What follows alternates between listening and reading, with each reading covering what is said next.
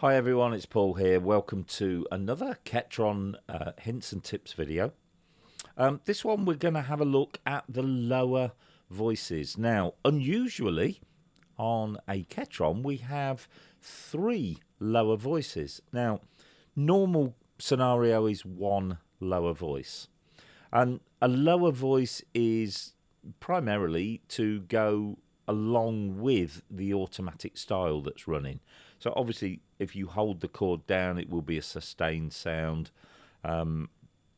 etc. And as I said, normally you can have a style running. You think, oh, I'd like a bit of strings or a little bit of vocal, just to sort of boost that up a little bit. Here we can have 3 sounds, and the sliders at which we control the volumes I find really interesting on the Ketron, the way it works. First thing is to show you how you set the lower voices on the Ketron. Whatever style you are on, just go to View and Modeling, and down the left hand side select Lower. You will then see the 3 voice slots. So you've got lower 1, lower 2, lower 3. This is just the same as selecting sounds for voice 1 and voice 2 here. Obviously you can set a volume level for each sound. The transpose is for octave shifting, so if you want one sound to be higher in a higher register than another, for instance, if you're going to use an organ sound down there and you don't shift the octave, it's probably going to sound very grumbly, so you use the octave shift there. The mono tab is really interesting because what you can actually do is create some really nice harmony effects and almost like ensemble voices here. If you make the first voice mono, it will only play the lowest note of your chord, whilst the other 2 voices are playing the whole chord.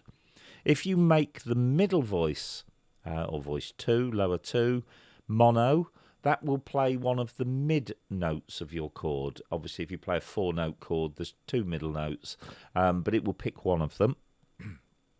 And lower 3, if you make that mono, it only plays the highest note.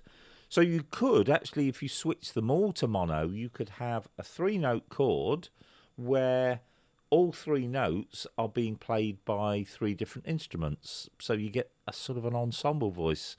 But I think what's really nice is to highlight maybe one of the sounds, and as you change chord, it effectively gives you an automatic counter melody there.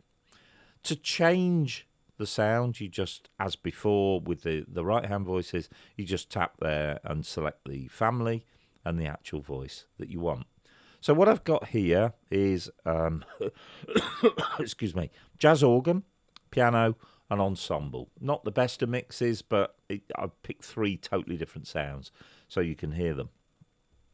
Now if we exit here, these lower sliders will actually control the volume of those 3 voices. So I can turn this down. If I want just the organ sound, we just bring up lower 1, and there's my organ sound. If I want piano, that was in number 2. I can bring the piano with the organ, or I could just take the organ back out, and then I can feed the strings in as much as I want to. Interestingly, the way these sliders work is, for example, if I set the ensemble here to volume 0, so let me go there, moving this slider won't actually add volume to it. You must set the volume of the sound in the screen, and then this allows you to mix the sounds based on those volume settings.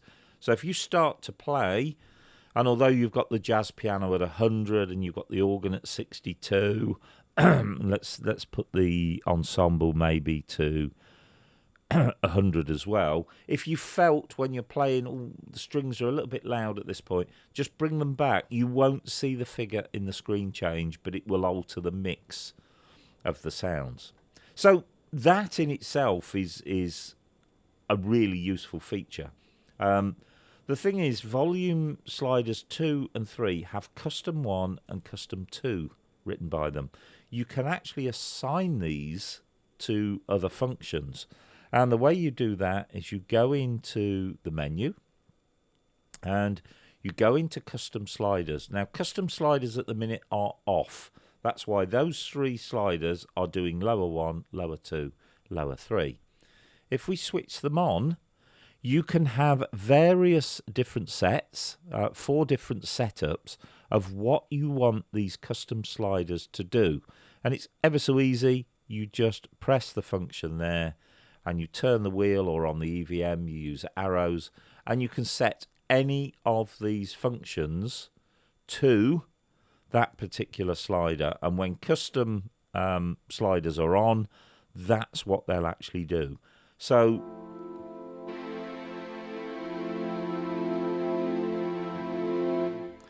you see we can move these custom sliders up and down now, and you can assign microphone volumes, all sorts of things to it. So it's a great little feature there.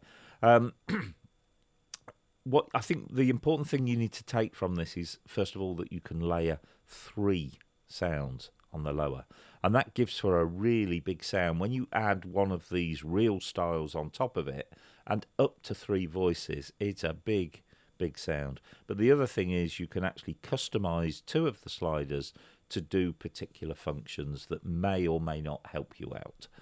Okay, hope you enjoyed that. So a little look at the lower voices and the custom sliders.